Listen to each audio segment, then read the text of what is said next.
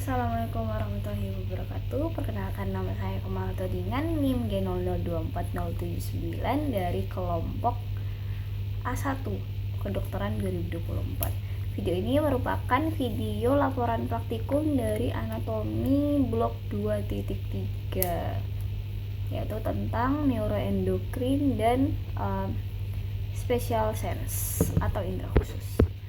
Langsung saja ke laporan praktikumnya blok 2.3. Soal yang pertama yaitu jelaskan struktur pembentuk circulus wilisi mulai dari bagian anterior hingga bagian posterior. Kemudian sebutkan juga fungsinya dalam menjaga perfusi cerebral saat terjadi sumbatan di salah satu arteri besar. Oke. Baik, yaitu menjelaskan tentang circulus arteriosus wilisi. Nah, jadi yang pertama, circulus arteriosus wilisi ini yaitu yang memvaskularisasi cerebri atau otak besar. Nah, kita mulai dari bagian anterior. Di bagian anterior itu ada carotis interna. Jadi, ini adalah bagian anterior. Terus yang vertebralis ini itu adalah bagian posterior. Nah, arteri carotis interna itu dimulai dari sini, dia itu akan bercabang menjadi arteri cerebri yang anterior dan arteri cerebri yang media, seperti itu. Nah, kemudian ada arteri vertebralis di bagian posterior. Arteri vertebralis ini ada dua, ada yang sinistra, ada yang dekstra. Nah, arteri vertebralis sinistra dan dekstra ini nantinya itu akan bergabung, akan bersatu dan menjadi arteri basilaris. Nah, struktur arteri basilaris ini merupakan struktur yang penting karena dia adalah arteri yang memvaskularisasi truncus cerebri atau batang otak. Tuh. Nah, nantinya dari arteri basilaris ini itu akan bercabang lagi menjadi arteri cerebri posterior yang sinistra dan dekstra, seperti itu. Nah, kemudian cerebri anterior itu kan yang ini, itu ada yang sinistra dan ada yang dekstra. Nah, penghubung antara cerebri anterior yang sinistra dan dekstra itu dihubungkan oleh arteri communicans yang bagian mana, yang anterior. Nah, sedangkan ada arteri communicans posterior. Kalau yang arteri communicans posterior ini itu menghubungkan arteri apa? Dia menghubungkan arteri cerebri yang posterior dan cerebri yang media. Seperti itu. Kemudian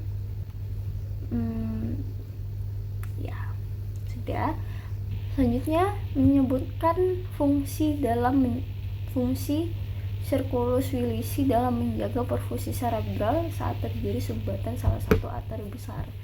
Nah, jadi circulus wilisi ini itu dia misal jika salah satu cabang tersumbat, misal di carotis interna itu kan ada arteri besar ya.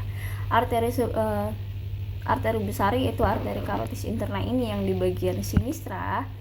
Di bagian sinistra misal dia tersumbat. Nah, otomatis kan perfusi darah ke otak yang bagian kiri itu akan berkurang. Nah, bagaimana cara sistem dari arteriosus wilisi ini?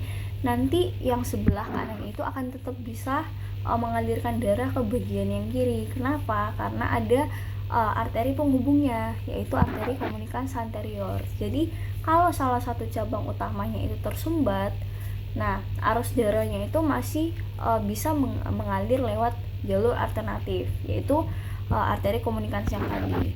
Nah, jadi sehingga perfusi darah itu ke jaringan otak itu tetap terjaga.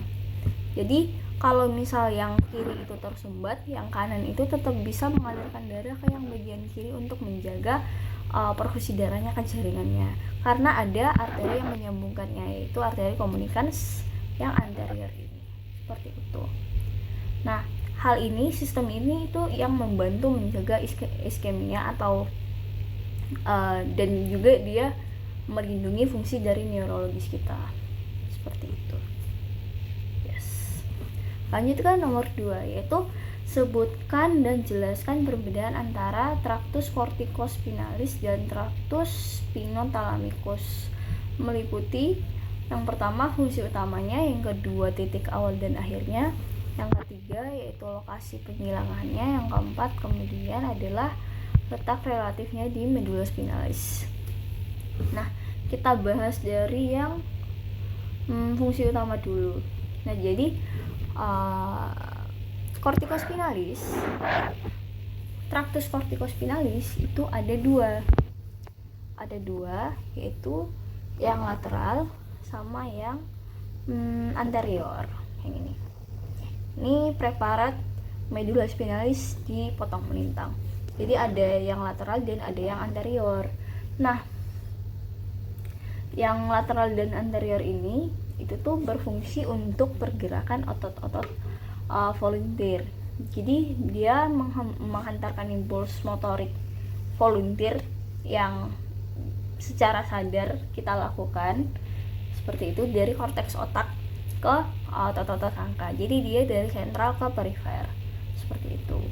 Terus kita bahas tentang fungsi utamanya spinothalamikus. Kalau spinothalamikus juga ada dua, yaitu yang lateral dan ada yang anterior. Ini.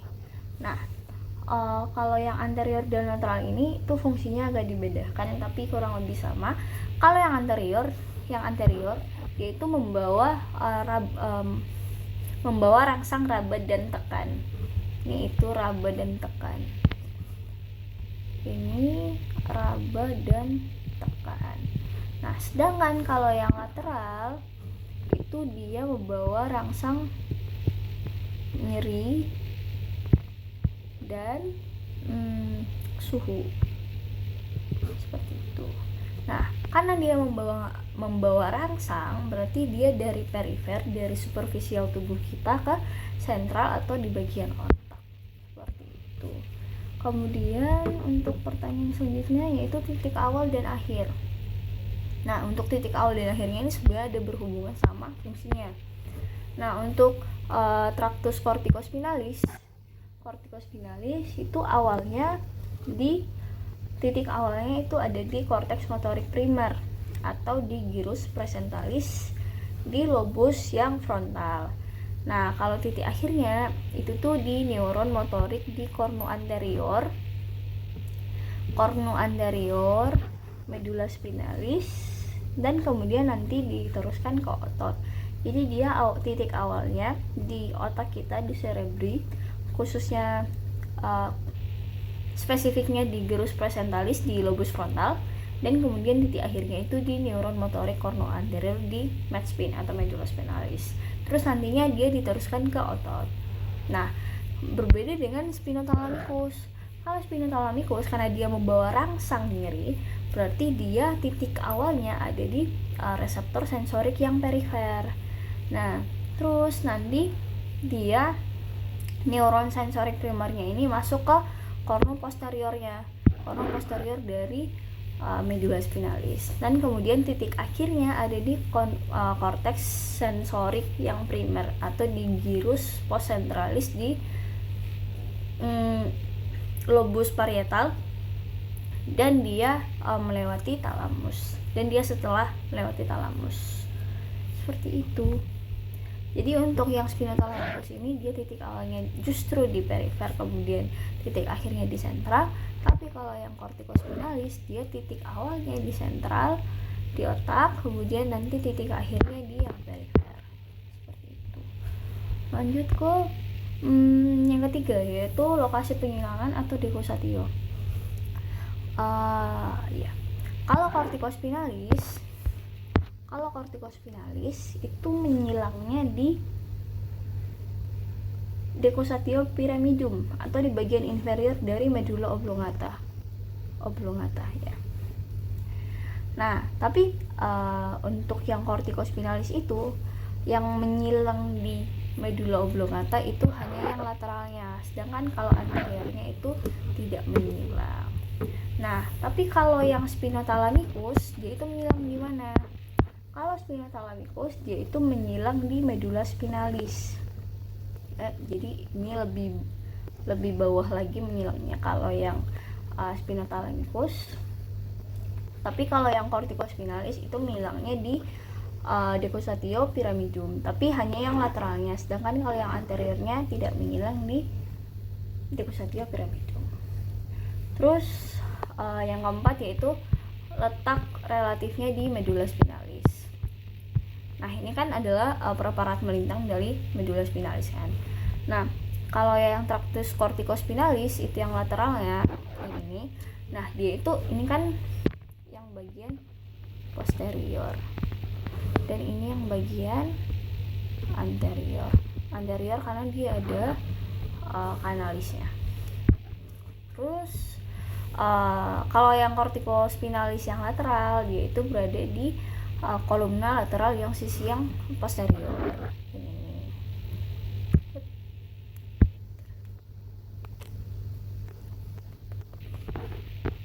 Nah, ini nih. Nah, tapi kalau yang anterior yang ini itu dia di kolumna anterior medula spinalis. Ya, namanya juga di anterior, berarti dia di bagian anterior dari medula spinalisnya. Sedangkan kalau yang spinothalamicus itu dia terletaknya di bagian anterolateral. Jadi kan anterior. Kemudian dia sepanjang lateralnya juga. Jadi kalau digabung menjadi anterolateral dari medula spinalis. Seperti itu. Lanjut ke nomor 3, yaitu sebutkan pembagian truncus cerebri atau batang otak dan minimal 2 struktur penting dari A. Mesencephalon, B. Pons, 3 yang C yaitu medula oblongata. Oke, berarti menjelaskan tentang truncus cerebri. Nah, jadi truncus cerebri batang otak atau truncus cerebri itu dibagi menjadi 3. Ada superior yaitu mesencephalon, kemudian yang media itu ada pons, kemudian yang inferior itu ada medula oblongata. Pertama yaitu mesencephalon. Nah, di mesencephalon ini sebenarnya ada beberapa struktur penting. Yang pertama yaitu pendiculus cerebri. Nah, pendiculus cerebri ini itu dibagi menjadi 2, yang bagian posterior dan bagian anterior oleh suatu struktur bernama substantia nigra yang hitam-hitam ini. Nah, dia itu hitam karena ada pigmennya. Kemudian dia itu berfungsi untuk menghasilkan dopamin. Seperti itu. Nah, substansia nigra ini membagi pendiculus cerebri menjadi 2, yang bagian posterior dan bagian anterior. Yang anterior ini namanya crus cerebri dan yang posterior ini namanya tegmentum mesencephali. Seperti itu. Terus di antara pendiculus cerebri itu ada suatu struktur bernama fossa interpendicularis. Nah, fossa interpendicularis ini merupakan struktur penting karena dia juga merupakan tempat keluarnya salah satu nervus cranialis, yaitu nervus ke-3 atau nervus oculomotorius. Seperti itu. Terus ada suatu jalan juga namanya aqueductus mesencephali ini. Nah, aqueductus mesencephali ini dia itu penting karena dia yang menghubungkan ventriculus tertius atau yang ketiga dengan ventriculus yang quadratus. Seperti itu. Yes. Lanjut ke pons. Kalau pons itu ada beberapa struktur penting, yaitu pons kan yang ini ya, ini kan yang di atas ini kan fossa interpendicularis, dia adalah mesencephali. Kalau yang ini itu adalah pons, sedangkan yang di bawahnya ini udah medula oblongata. Nah, Kalau yang pons itu cukup banyak nervus yang keluar dari sana. Nah, yang pertama kita bahas yaitu adalah sulcus basilaris pontis. Nah, sulcus basilaris pontis ini itu tuh yang dilewati sama arteri basilaris tadi. Nah, makanya arteri basilaris itu adalah yang memvaskularisasi dari si truncus cerebri. Dia berjalan di sepanjang sulcus basilaris pontis ini. Nah, kemudian di pons ini ada struktur juga namanya angulus bulbopontinus atau sulcus bulbopontinus. Jadi yang ini. Nah, angulus bulbopontinus ini itu struktur penting karena dia tempat keluarnya beberapa nervus cranialis. Nah, mulai dari nervus lima ya. Jadi nervus lima ini dia itu keluar dari brachium pontis atau kayak lengan dari pons ya, gitu. Terus untuk nervus 6 sampai 8 itu mereka keluarnya di sulcus bulbopontinus ini atau angulus bulbopontinusnya. Seperti itu. Nah, kemudian lanjut ke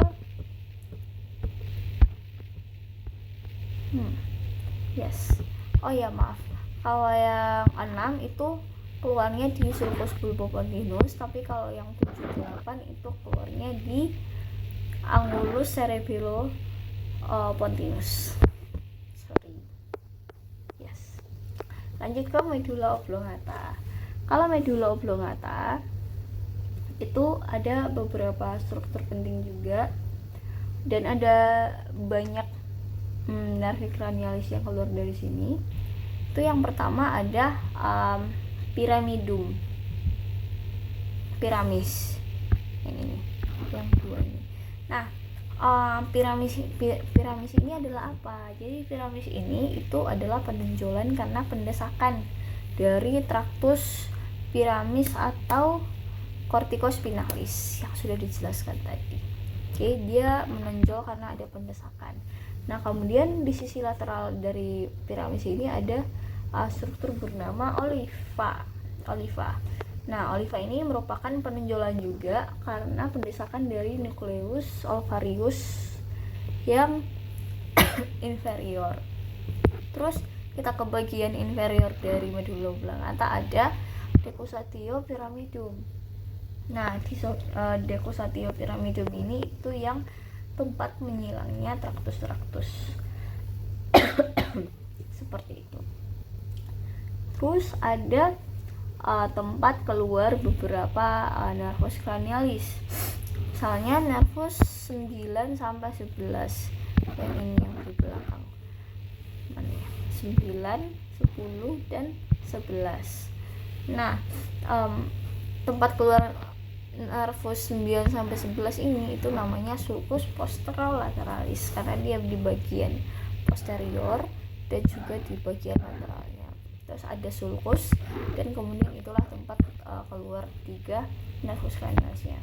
Terus untuk nervus yang ke 12 ini, untuk nervus yang ke-12 ini dia keluarnya di sulcus anterolaterales. Jadi dia di bagian depan dan tapi di bagian yang lateralnya. Jadi dia di sulcus di jalur anterolaterales. Itu tempat keluarnya nervus ke-12 atau hipoglossus.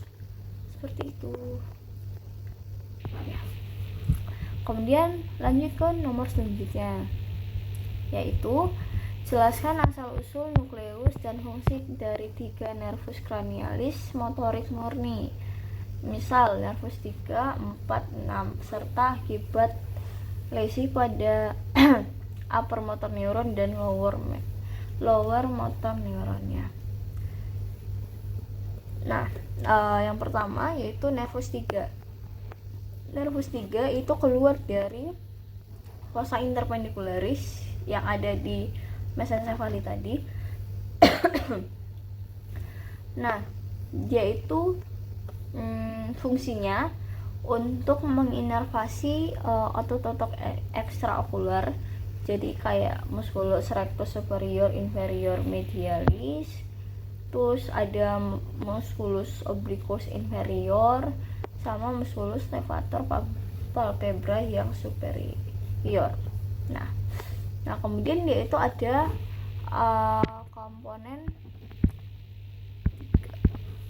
komponen parasimpatisnya. Jadi dia berfungsi untuk konstriksi pupil dan kemudian akomodasi lensa. Nah ini tuh dilakukan melalui musculus sphincter pupillae dan musculus ciliaris.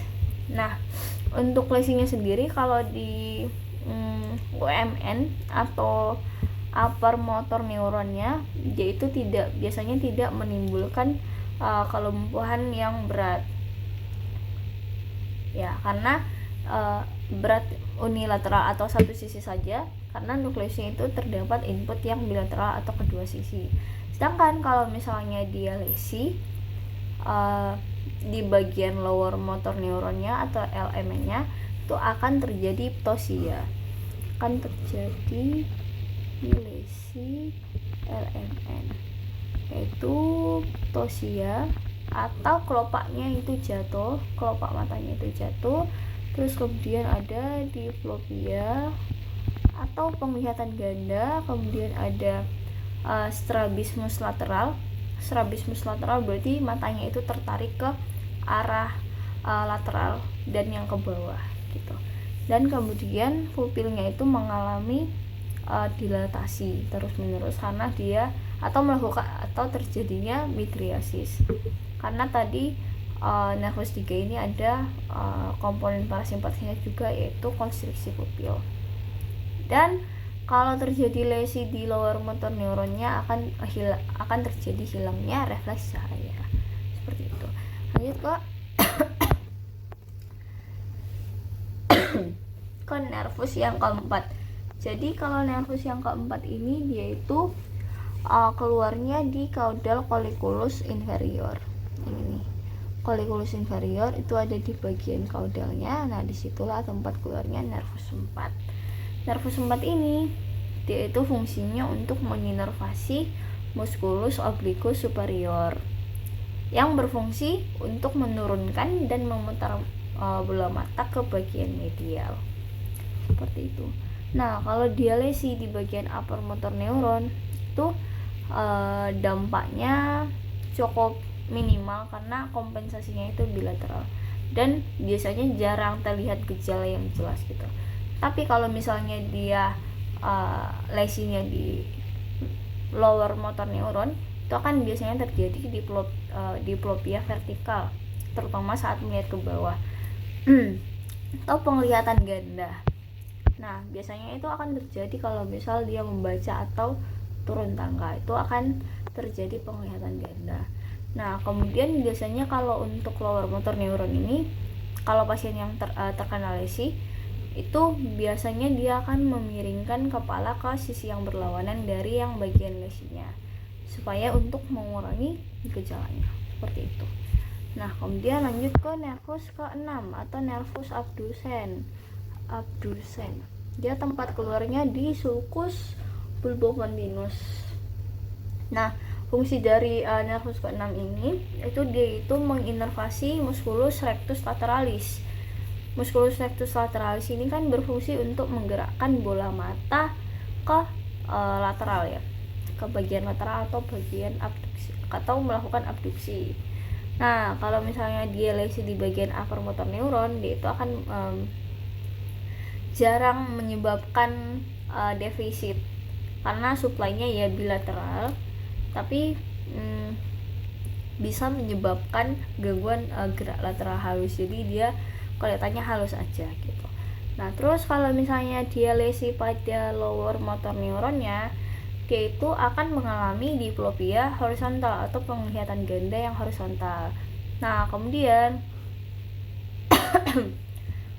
mata itu tidak bisa bergerak ke arah lateral lagi pada sisi yang lesi. Jadi misal dia lesi di mata kanan, berarti mata kanannya itu tidak bisa melihat ke yang lateralnya lagi. Atau kondisi yang disebut dengan strabismus medial atau matanya itu tertarik tapi ke medialnya atau ke dalam gitu. Nah kemudian pasien biasanya memutar kepalanya ke sisi yang lesi untuk kompensasi. Seperti itu. Lanjut ke nomor selanjutnya, yaitu jelaskan lokasi dan fungsi dari area Brosman berikut ini. Yang pertama yaitu area 4, area 1, 2, 3, area yang ketiga yaitu area 44 dan 45, yang keempat yaitu area 20 22. Nah, baik, untuk yang pertama yaitu area 4. Area 4. Oh ya, yang pertama ini bagian anteriornya, ini bagian posteriornya. Tapi untuk yang ini berarti yang anterior yang ini dan kemudian yang posterior yang ini. Oke. Yang pertama yaitu area 4. Kita bahas fungsinya dulu. Di area 4 ini adalah area motorik primer. Area motorik primer yang artinya dia yang mengontrol gerakan motorik secara volunteer atau sadar gitu. Nah, lokasinya ini ada di gyrus area 4. Kan area 4 ya. Nah, lokasinya itu ada di gyrus presentalis. Kayak ini. Kan sama-sama bagian anterior ya. Nah, ini area 4-nya dia itu lokasinya di gyrus presentalis atau di lobus frontal. Nah, kemudian selanjutnya ke area 1, 2, 3 yang ini, yang lebih posterior. Kalau area 1, 2, 3 ini dia itu berfungsi sebagai area sensorik primer. Nah, berarti dia yang menerima dan mengolah informasi sensorik dari seluruh tubuh gitu, termasuk ya sentuhan, tekanan, suhu, nyeri gitu. Nah, lokasinya itu ada di lebih posterior lagi, berarti dia di gyrus postcentralis, yaitu di lobus parietal. Yang 1, 2, 3 ini di gyrus yang ini, lobus parietal. Nah, kemudian lanjut ke area 44 dan 45. 44 dan 45 atau area Broca. Nah, area Broca ini yaitu area bicara motorik. Nah, fungsinya itu untuk mengatur produksi bahasa atau kayak motorik bicara gitu. Nah, dia ini juga mengkoordinasi otot-otot wajah, lidah, dan otot laring untuk berbicara. Seperti itu. Nah, lokasinya ada di gyrus frontal inferior. Tapi dia di bagian inferiornya lagi. Jadi gyrus frontal inferior dia ada di bagian bawahnya, bagian inferiornya. Itu adalah area 44, 45. Nah, kemudian ke area 22 yang ini, 22 atau area wernickel. Area wernickel atau area bicara sensorik. Area bicara sensorik dia juga bisa jadi area auditory sekunder. Nah, kalau lokasi dari area 22 ini itu ada di gyrus temporalis superior yang ini.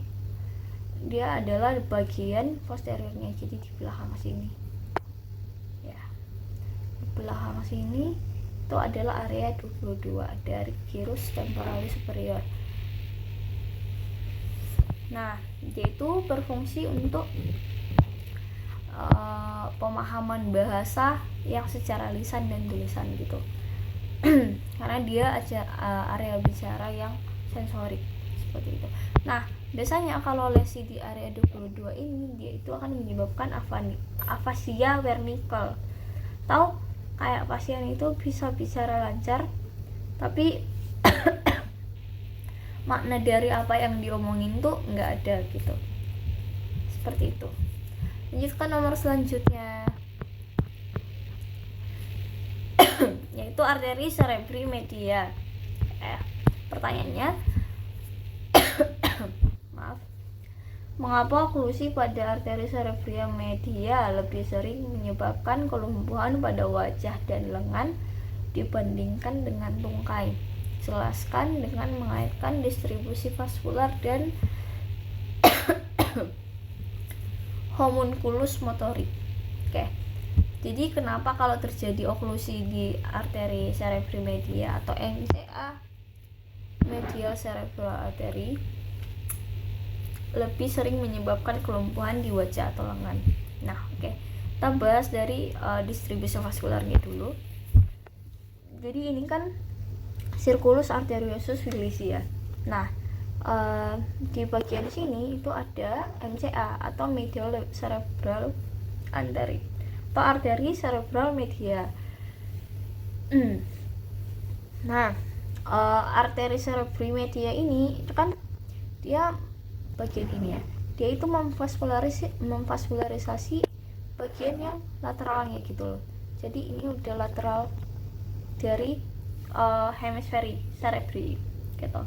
Nah, khususnya dia ini itu memvaskularisasi di gyrus presentralis yang yang berfungsi tadi untuk motorik primer, yaitu area 4 ya kan.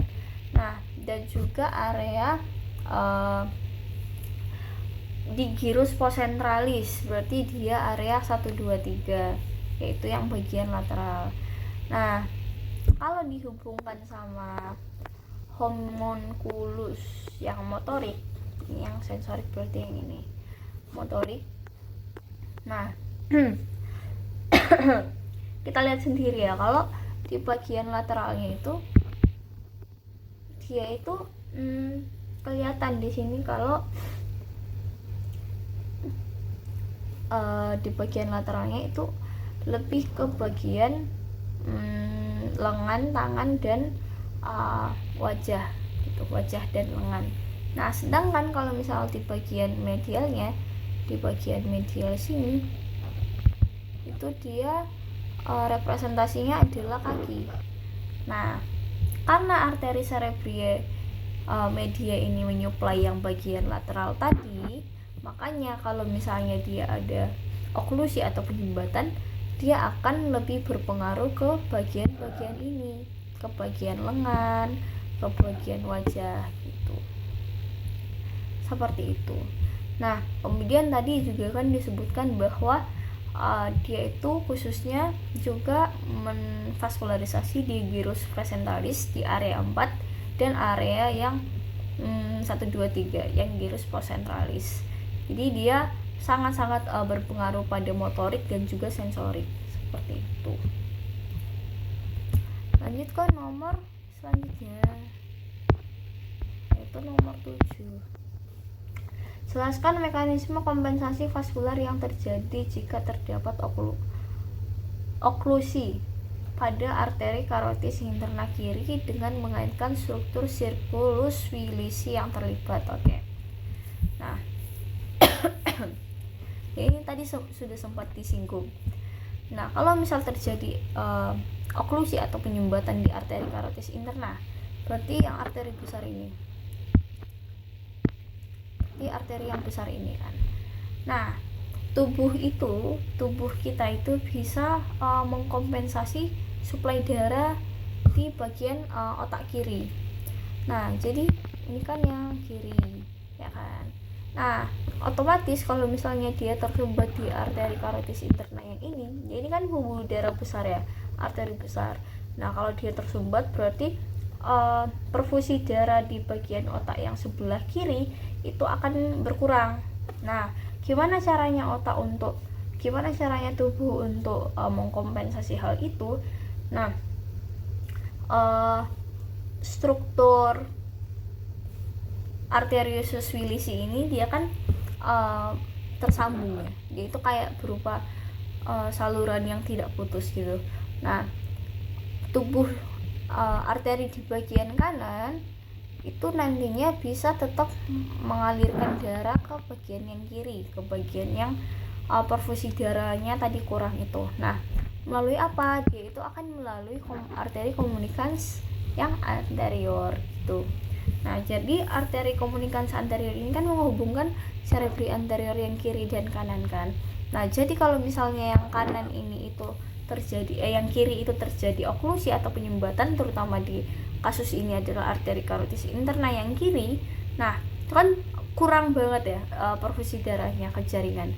Nah, akibatnya cara kompensasinya adalah arteri-arteri yang di bagian kanan ini itu akan mengalirkan darah melalui arteri komunikans anterior yang ini, sehingga perfusi darah yang di otak bagian kiri itu tetap terjaga seperti itu ya. Kemudian ada juga dari arteri vertebralisnya. Kalau arteri vertebralis itu dia akan naik ke basilaris, kemudian nanti dia naik ke arteri cerebri yang posterior. Nah, kemudian kalau misalnya arteri cerebri posterior yang sinistra, nanti dia naik lagi ke yang arteri komunikans posterior. Nah, kemudian nanti dia akan mensuplai di bagian kiri. Jadi circulus arteriosus Willisi ini itu sistemnya adalah dia akan selalu mengkompensasi di bagian yang terjadi oklusi. Nah, hal ini tentu saja membantu untuk menjaga perfusi jaringan otak yang berisiko untuk iskemia, terutama di bagian hemisfer kiri pada kasus ini. Gitu, sudah selesai. Baik. Sekian untuk laporan praktikum anatomi blok 2.3. Kurang lebihnya mohon dimaafkan. Wassalamualaikum warahmatullahi wabarakatuh. Terima kasih.